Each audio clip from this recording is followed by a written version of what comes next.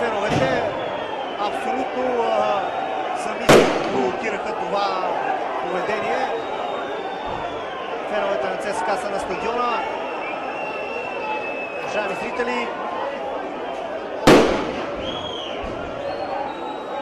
влезнаха да се саморазправят червените фенове. Побегнаха. Сплашени футболистите на Аждот. Изключителна драма се случва тук на стадион на Българска армия.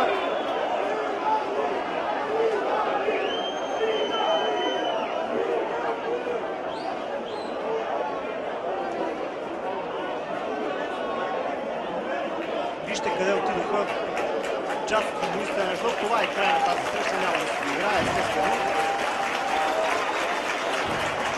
Как да бъде доиграна.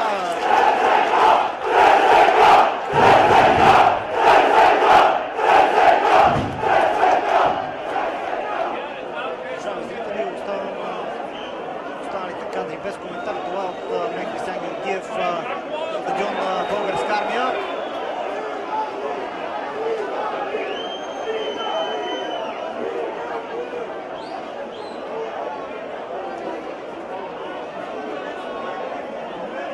Вижте къде отидоха.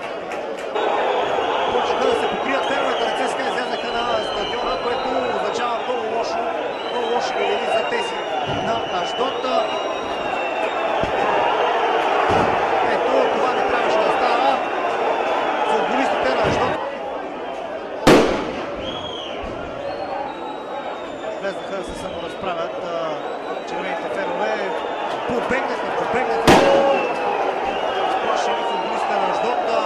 Изключителна драма се случва тук на сега бягат тези на ЦСКА и феновете.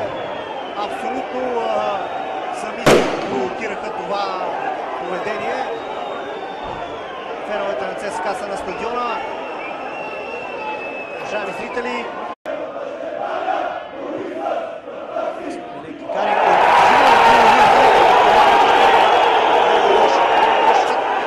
определено с изключително